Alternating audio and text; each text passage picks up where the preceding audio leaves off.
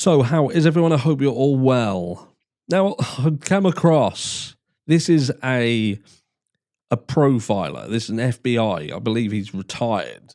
And he's basically breaking down kind of what he feels the attributes are of this male, he's saying male, killer in the Idaho University killings. And I thought it was interesting, and I'm going to go through it with you now, just to see whether, you know, the likelihood is he may have more information than what we have, but we do have a lot more information than perhaps we should, which I spoke about in a video that I did earlier today. So if you haven't seen that, go see it. But let's have a look at this together and see what you think. So this is the killer that we're looking for, apparently. So let me go down here. So what we got, the suspect behind the unsolved murders of the 4 University of Idaho students earlier this month was likely someone who knew the victims, or a stalker who was familiar with their habits, one of the nation's foremost criminal profilers hypothesized on Tuesday. What do you reckon of that then? So he hypothesized that this was either someone who knew them or he didn't. He just stalked them. Tuesday marked 9 days since this is when this did. So going back to Tuesday, it was 9 days. What is it, 12, 13 days? Discovered stabbed to death inside their Moscow, Idaho home. As of Sunday, local, state, and federal law enforcement had received at least 646 tips in the week since November the 13th attack, but they are still searching for the person or people behind it. So we've got this here. He killed 4 people, different people this way. He didn't just sort of blanch and run after the first one. This is Jim Clement. Jim Clement, a retired FBI supervisory special agent and criminal behavioral analysis expert, told Fox News Digital that he believes the suspect is likely a young man, told you, who has not carried out such violent crimes before. Don't know what to make of that. What, you don't think he has because he hasn't been caught? Let's not forget that he's done this, and so far he has fucked off into the wind, and you don't know where he is, who he is. You're guessing here. So how do we know that this couple who was attacked a few months back, where the female survived, this wasn't the same person? Again, you're just speculating, but you're a professional, so let's go on to listen to some more. He's sloppy, Clement said, when reached by phone Tuesday. This is probably more of a compulsive kind of person that would put him at a younger age and maybe in the age group or just above the victims. So he's sloppy. Are we sure that this guy is sloppy? What, because he managed to get into a property to murder 4 people, left 2 people, which I would imagine is by choice because they didn't know that all this was going on. So he could have, it seems, killed them as well. Is he sloppy, or is this a guess? But I'm trying to be respectful. I don't think he's particularly sophisticated, criminally sophisticated, or forensically sophisticated, he added. Don't know whether that's helpful. Whether he's sophisticated or not. He's sophisticated enough to still be eluding law enforcement, and they seem to be no further forward. So do you need to be criminally sophisticated or forensically sophisticated? I don't see the relevance there. Going into an occupied dwelling with 6 people in different rooms in the middle of the night is an extremely high-risk crime, unless he knows one or more of the people, the former New York City prosecutor said. So that is my first thought on it. This offender did not just randomly choose this location, that he targeted one or more of the people in there. Now, that could be because he has a relationship or past relationship with one or more of them. Or it could be that he's been stalking one or more of them. But we know that it's been said that one of the young girls had a stalker. So what's he saying? This is that stalker, or they had multiple stalkers? Again, yes, it's possible that he could have been stalking, watching them, but this is a small knit community. This is a student dwelling, isn't it, with multiple people in there?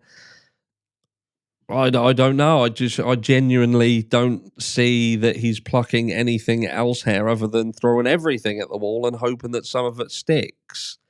You know, it's not that we haven't seen some of the most prolific serial killers enter people's homes and kill them in their home. Did they know the people who was in there?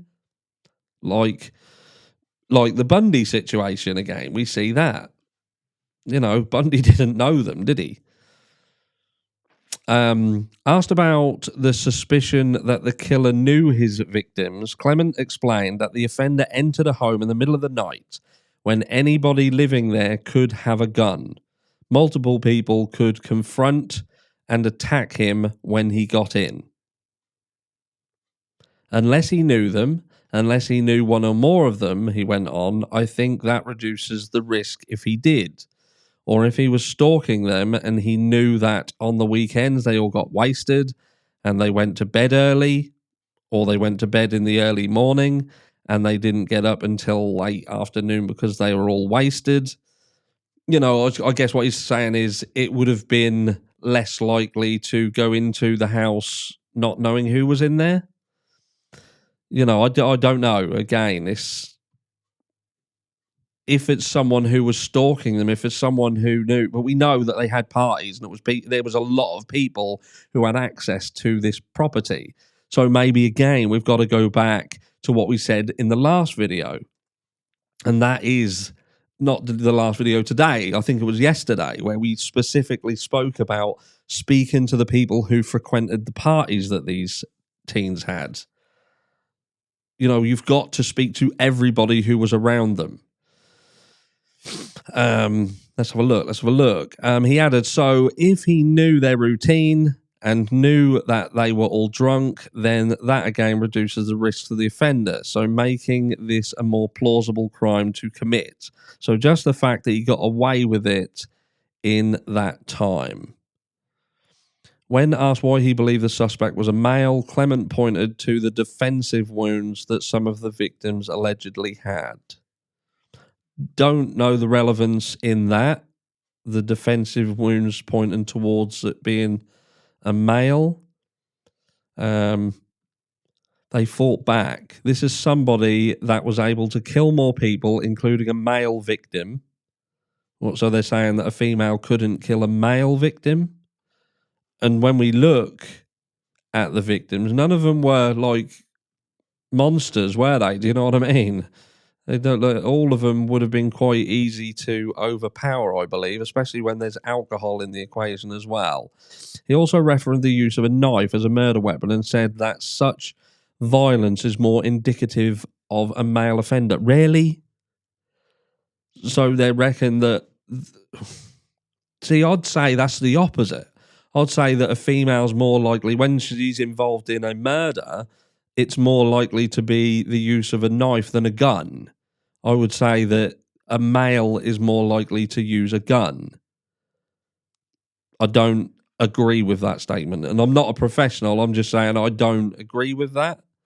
I would say that from a perspective that females are generally more, how can I say, they have more feelings, don't they? They're a lot more, men are a bit, they don't really care about a lot. They're a bit more emotional. So women are a lot more emotional. And if this is an emotional-based killing, then I think it's even. I think it could be a male or a female.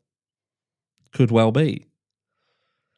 I don't think the choice of weapon necessarily means that we should not consider a female for this. He said the time of the attack during the late night, early morning hours shows that he's still going with the he, has the freedom of movement during that time. It was about 3 o'clock in the morning. Who doesn't have the freedom of movement at that time of the morning? You know, yes, Anybody couldn't they? If this is someone nearby, even if this is a married man, he could have probably snuck out of the house at 3 o'clock in the morning. We look back at the Delphi situation, unless we're going to say that Delphi, his wife 100% knew what was going on. He was out doing what he was doing and she didn't know. Yes, it wasn't at that time of the morning, but my point being, people can do things without their family knowing about it, we think. He's not in a relationship or a job that would keep him from committing the crimes during that time. There we go. So he's saying that he's basically not in a relationship. So we're looking for a male who's not in a relationship and isn't at work at 3 o'clock in the morning.